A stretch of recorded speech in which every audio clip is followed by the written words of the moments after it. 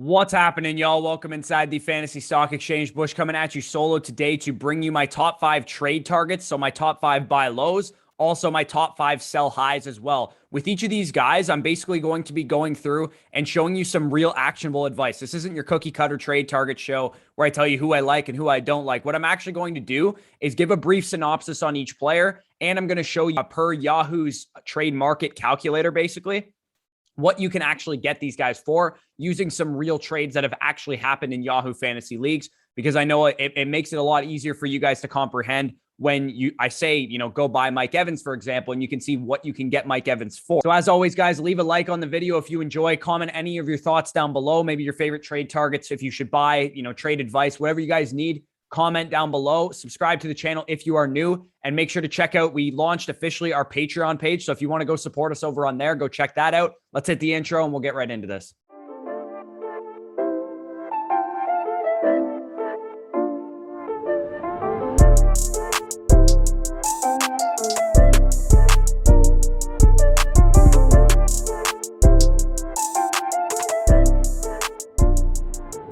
Okay, so the first trade target that we have on the docket for you guys today, and again, I'm going to try and keep this video short. You don't want to sit here and listen to me talk about trade targets for 45 minutes, I'm sure. So we're going to start with Najee Harris. And the reason I really like Najee Harris as a trade target, as a buy low candidate, is because Najee Harris quite literally played every single snap in his debut. He played 100% of the snaps. Not even Christian McCaffrey plays 100% of the snaps. So the fact that this guy is a full-fledged bell cow running back, like this is not something to be taken lightly. I know the Steelers' offensive line didn't look very good. I know Najee Harris didn't break off a huge run or anything sexy like that, but he had 16 carries and 3 targets and 100% of the snaps. This was a very wonky game, very typical week 1 type of stuff. I expect the Steelers' offense to figure it out, and I think the one thing that helps them for sure is that their schedule really eases up. We talked about it in the offseason. Why I liked Najee Harris so much was because his schedule was easy. And you guys can see over the next 3 weeks, he's going to have the Raiders, the Bengals, and the Packers. All these run defenses are terrible. It should give the Steelers offensive line time to gel in the new scheme. So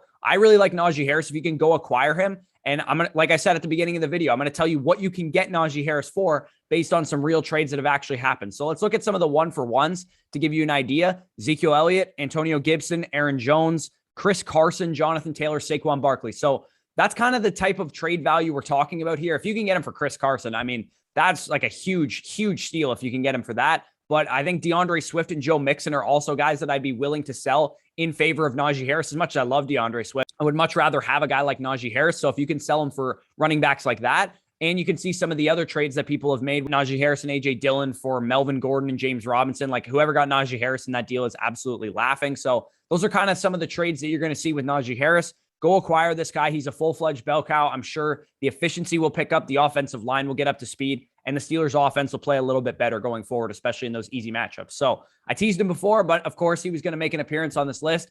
Mike Evans. I like Mike Evans is the poster child for buy lows in fantasy this week. I called it going in. It's not just because Mike Evans had a bad game. Evans had the toughest matchup on the field in this game going against the Cowboys' only good cornerback. Trayvon Diggs is the only good cornerback on that team. And not only that, but he's the physical corner. He's the type of corner that Mike Evans would typically struggle with. So the big game for AB, Godwin, and Gronk doesn't surprise me one bit, because Evans was always going to have a tough matchup in this one. He was going to need a big play or a broken coverage or something like that to pay off in this matchup. So this offense, one thing I would like to point out, this offense is good enough to support 3 of these guys every single week. Antonio Brown, Mike Evans, Chris Godwin, and some weeks with Gronkowski. I'm willing to bet that 2, 3, sometimes all 4 of these guys are going to produce week in and week out, because this offense is simply that good. I don't really expect any kind of hard schedules and hard matchups to affect them too much, because they struggled to get the job done in this game. 4 turnovers. They won the game, but 4 turnovers in this game, and they still scored 31 points. So this is an offense that is going to routinely score over 30 points. Probably 14, 15 times this season, they're going to score over 30 points. So every piece of this offense is the one that you want. Mike Evans is the most valuable piece of this receiving game. I promise you that. He is the big play guy. He is the guy in the red zone. And Mike Evans is a fantastic example of a week one overreaction. Everybody is going to think that Antonio Brown's the wide receiver one on this team and Chris Godwin is a target monster. There's not enough room for Evans. There's too many mouths to feed. So you guys can see some of the trades that you can get Mike Evans for. Sterling Shepard and Juju Smith-Schuster is what you can acquire Mike Evans for every day of the week, right? Melvin Gordon, another guy that you're going to see appear later on this list. Easily Mike Evans over Melvin Gordon. Mike Evans for Justin Jefferson. I'm not sure what that guy's doing. Same with the Keenan Allen guy, but Mike Evans for Tyson Williams and Jamal Williams. Give me Mike Evans all day. Mike Evans again for Melvin Gordon. Mike Evans for Latavius Murray. Mike Evans for Deebo Samuel. As you can see, people are scared about Mike Evans. They're selling low on him. This is the type of receiver that you want to be buying after week one because he's the classic overreaction case. Another overreaction case, and probably the biggest one in fantasy this week, was Brandon Aiyuk. And to me, this was the single strangest thing about week one was the Brandon Aiyuk usage, was the Brandon Aiyuk disappearance, basically. And one of the 49ers beat reporters, Matt something, I can't pronounce his last name, but he basically said after a hot start in training camp, Brandon Aiyuk tailed off. And again, this was news to everybody. Nobody had heard anything like this. Brandon Aiyuk was getting constant glowing reports from training camp. It sounded like he was going to be the wide receiver one there. And suddenly we're hearing Trent Sherfield outperformed him in camp. I don't buy this. I think this was, and you guys can see on the screen as well, the limited involvement that we saw out of Brandon Aiyuk, my opinion, was one of two things. One, he's coming back from this hamstring injury. They wanted to ease him in. And Kyle Shanahan, as you can see, did confirm that that's partially why that Trent Sherfield outplayed him in terms of his playing time. So that's the one thing that I'm thinking this Brandon Aiyuk usage is attributed to. The other thing is maybe this was disciplinary for some reason. Maybe he kind of like benched him for some reason. I'm not sure why. Maybe he missed practice. I don't know what the case is, but I'm willing to bet that this blows over after week one. And we all look back on this and laugh in a couple of weeks. So if you can get Brandon Aiyuk, and of course, I'm going to show you how worried some of the league mates that you guys are going to be playing with are on Brandon Aiyuk. You can see some of the players that he is being traded for. Damian Harris, again, I like Damian Harris, but give me Brandon Aiyuk all day. Tyler Boyd, I think this is a perfect example of the type of receiver tier that you're going to get Brandon Aiyuk for. Tyler Boyd's, Mike Williams, Antonio Brown's, players like that is exactly who I'd be trading away in order to get Brandon Aiyuk. Jalen Hurts, again, in a single quarterback league, give me Brandon Aiyuk all day. David Johnson, I'm not sure what that guy's doing. Mark Andrews, if you include Jared Cook in that trade. Jerry Jeudy, who's now injured. Mike Evans, I would prefer over Brandon Aiyuk. Same with Chris Godwin, but you can see a lot of these owners are panicking. You can see another one, Jared Cook and MVS for Brandon Aiyuk. Again, give me Brandon Aiyuk all day. So Brandon Aiyuk, another guy that you want to be going out and buying low, acquiring on the cheap. The next guy that we have here is Kyle Pitts. And the one thing that I really want to point out about Kyle Pitts, because the box score was disappointing, right? He didn't have a huge fantasy day, but he played 49 total snaps, and the usage is the predictive thing going forward, right? The one thing that I was worried about going into this season was how are they going to deploy Kyle Pitts? And I had some faith, obviously, because Arthur Smith is a former tight ends coach, because he used guys like Jonnu Smith in the past in versatile ways. But we saw that actually come to fruition, right? Disappointing result from Kyle Pitts on Sunday, but the usage was outstanding. 71% of the snaps, very good number in his first game. I expect that number to kind of continually increase over the season. Ran a route on 90% of Matt Ryan's dropbacks. And again, I'm going to repeat that, 90% of Matt Ryan's dropbacks. And here was the really intriguing thing. On his 49 snap, 23 times out of the 49, he was in the slot. 14 of the 49, he was out wide. So that's 37 of his 49 snaps where he was not aligned in line as a tight end. That's exactly what we want out of Kyle Pitts, right? He's not the best blocker in the world. He's not a guy that we want playing in line. And traditionally, tight ends don't produce when they're inline tight ends from a fantasy perspective because they're often blocking a good portion of the time. So exactly what we wanted to see out of Kyle Pitts is what we saw. Of course, the disappointing result being his box score and his fantasy production, but 22.8% target share, tied for Calvin Ridley's team lead in the game. I expect this Falcons offense to shake out some of the wrinkles that they showed in that first game. I don't expect them to look that bad every single week. So I am really a big fan of Kyle Pitts. They play the Buccaneers next week. I'm a little bit scared for Kyle Pitts because we don't have anybody that can match up with the guy outside of Levante David, but I don't think Levante David has the speed to keep up with him. So again, he could give us some problems. I think Kyle Pitts is going to be a guy, another one that we look back on and be like, man, we should have been buying this low after week one of the NFL season. And as you guys can see on the screen, he's being traded away currently for guys like T. Higgins. You can see TJ Hawkinson and him were swapped straight up. Somehow somebody got him for Marvin Jones straight up. Again, some of these trades are going to go either way, but I think the general philosophy is, what are we getting this guy for at a buy low price? Because if we can get him for a buy low price, then we're going to be getting a huge value on these guys. So the last guy that I'm going to talk about is a buy low candidate, and then I'm going to quickly kind of wrap this up with some sell highs. Saquon Barkley is another one that I'm willing to buy low. Saquon owners are going to be panicking this week because this was always the likely scenario, but in the back of people's minds that drafted Saquon Barkley, they were thinking, hey, but what if he does get his full workload in week 1, right? This was the likely scenario. He was going to get eased back in, and the Broncos defense is no joke, right? They eased him in, plus he had a horrible matchup. So coming out of halftime, here's the intriguing thing and the encouraging thing.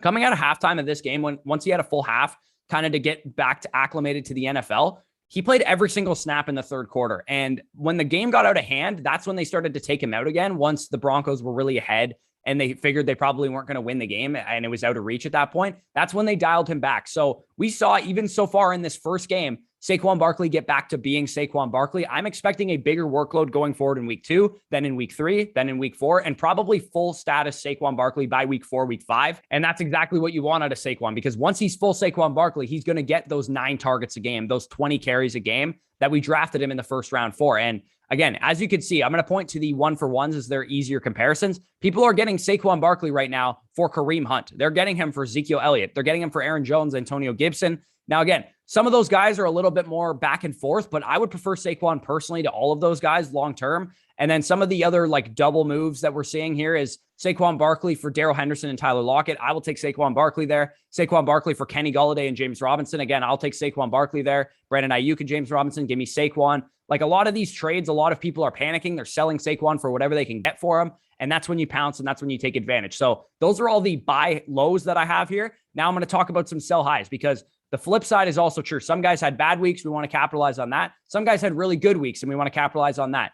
The biggest example of this, and I already talked about this with Mike Evans, is Antonio Brown, because I think Antonio Brown is going to be a great starting flex piece, right? He's going to be a guy that you can throw into your lineup more often than not, and he's going to give you some big weeks. But I think this is the perfect opportunity to take advantage of that unknown factor, right? Eventually, there's going to come a point in the season where we know what Antonio Brown is. We know he's a great flex piece. We know that he's not the number 1 or number 2 receiver on this team, but people in the back of their minds are probably thinking that he has a chance to be the number 1 or number 2 receiver on this team. And that's simply not true. He only played 72% of the Bucs snaps and Bucs routes on Thursday, and Godwin and Evans missed a combined 2 plays between them. So they are the number 1 and number 2 receiver on this team, as I talked about all offseason.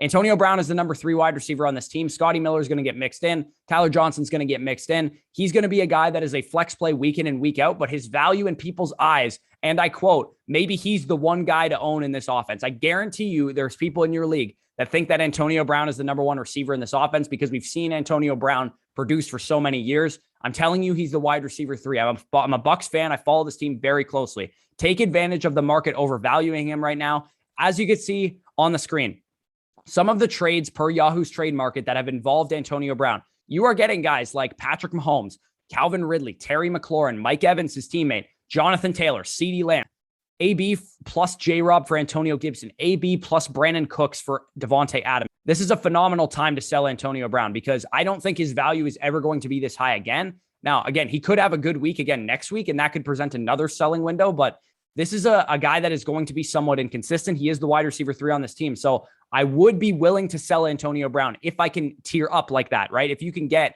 one of his teammates, Godwin or Evans, if you can get Calvin Ridley, if you can get Terry McLaurin, if you can get Patrick Mahomes or Jonathan Taylor, like if you can get someone like that, you have to be selling Antonio Brown right now. Again, I wouldn't be necessarily selling him for Mike Williams or somebody else that had a good week, but if you can get a tier up at wide receiver, that's when you look to sell him. Maybe Cooper Kupp, for example, if you wanted to go after someone like that. So that's who I'd be selling Antonio Brown for if you want to be doing that. James Robinson is another guy, and not necessarily a sell high candidate because he had a bad game. This is more so a sell low. And I'm telling you guys, if you have James Robinson, it might be time to get out, because that was a very concerning showing from James Robinson. The value of James Robinson last year, and I repeat this over and over again, yes, he's a talented player, but his value came from unsubstantiated volume in the NFL. Nobody saw more volume than James Robinson outside of Christian McCaffrey when he was on the field last year. He handled an absurd 85.4% of the Jacksonville Jaguars running back carries last year. On Sunday, even with Travis Etienne out, only 35%. And I expect that to be somewhat of a 50-50 split for the rest of the year with him and Carlos Hyde, because Urban Meyer has a hard-on for Carlos Hyde. He coached him in college. He split opportunities virtually down the middle with Carlos Hyde. The more concerning thing to me also was the lack of passing game usage out of James Robinson, in the fact that they were in a good game script and they weren't throwing the ball to the guy. And let me also talk about the fact that this positive game script thing for the Jacksonville Jaguars is not going to exist this year. They got blown out by the Houston freaking Texans. The Houston Texans blew them out. How many times this year are the Jacksonville Jaguars going to be winning games and leading games to the point that they can pound James Robinson in positive game scripts? I think they're going to be losing a lot of games this year. I don't want their running game. I want the receiving game because they're going to be playing from behind. So I'm selling James Robinson if I can. And some of the pieces that you can still get for him, this is a perfect example. As you guys can see on the screen, James Robinson plus Antonio Brown for Antonio Gibson. If you can pull off a trade like that, that is a phenomenal execution of selling high on Antonio Brown and getting out from James Robinson before shit hits the fan. Because Antonio Gibson, as we know, saw great opportunities, a lot of opportunity share. He is the much better running back asset. So making a trade like that where you can package James Robinson plus maybe one of these receivers that had a great week, maybe Deebo Samuel, maybe Mike Williams, maybe Antonio Brown, and get up to a better running back like DeAndre Swift or Joe Mixon or Najee Harris or something like that. If you can do that, that is exactly what you want to be doing. I'm going to group two of these guys together just because they kind of follow the same theme, and Tyson Williams and Melvin Gordon. Both guys, in my opinion, are destined to be in split backfields all season, with both of their roles likely going to go down as the Ravens brought in all these running backs. They brought in Latavius Murray and Le'Veon Bell, Devontae Freeman, and we also have the fact that Lamar Jackson is Lamar Jackson. He's going to take away a lot of rushing volume from Tyson Williams as a result of that. So I am not willing to hold on to Tyson Williams the whole year. I don't think he's some RB2 that's going to be great all year. I think they're going to mix in these other running backs. I think Tyson Williams is going to be inconsistent. I liked what I saw out of him. He looked pretty good, but he's not a guy that I'm willing to trust. And I think you're going to be able to get more for him right now than he's actually worth long-term. So if you could sell him somehow, again, in this tier of running backs, if you could sell him for Miles Sanders or Darrell Henderson or Myles Gaskin, then I'd be willing to do something like that. If you could somehow package him, for example, if you have Tyson Williams and Antonio Brown, if you could package those two guys, get up to a DeAndre Swift, get up to a Joe Mixon and Najee Harris, Jonathan Taylor, if you could somehow do that, that's also a very great move to do.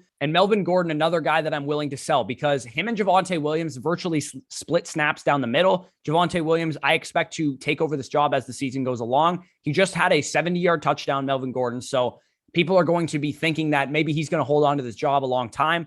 These are the classic 2-for-1 tier-up sweeteners, right? These Tyson Williams and Melvin Gordon, like I said, pair them with a Deebo Samuel, pair them with an Antonio Brown, and try and get up a tier. Try and take Tyson Williams and Deebo Samuel and turn it into DeAndre Swift. Try and turn those guys into Joe Mixon or Najee Harris and Jonathan Taylor, because I think you're going to be able to pull that off. And like I said, as you can see on the screen, you can see some of the trades that people are making for Melvin Gordon and for Tyson Williams. Somebody took Tyson Williams and Robert Woods, got up to Calvin Ridley. Again, great example of what I just talked about. Somebody took Melvin Gordon and Phillip Lindsay, got up to Joe Mixon. Again, great example of what I've just talked about. Melvin Gordon straight up for Aaron Jones. Again, absurd value there. Melvin Gordon straight up for Robert Woods. Tyson Williams straight up for Kareem Hunt. Tyson Williams and Rondell Moore for DJ Moore. Again, another tier up, 2-for-1 tier up sweetener, as I like to call them. And the final guy that I'm going to talk about real quick is Deebo Samuel. I've already kind of made reference to him the whole time. Yes, he was great in this game, but one, I don't expect this weird Aiyuk treatment to continue. I think once Aiyuk is back to full practice, again, we're going to have to monitor practice reports with a guy like Brandon Aiyuk. If he's limited practice all week, he's probably not a guy I'm throwing into my lineup.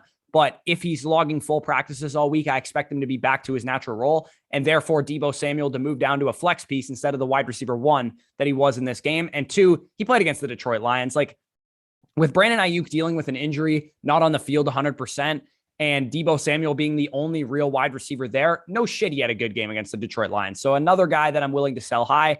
And again, as you can see on the screen, you can see people are selling him for guys like Chris Carson, for James Robinson. Somebody took Deebo Samuel and George Kittle and got up to Travis Kelce. Again, that's a great move if you can make that.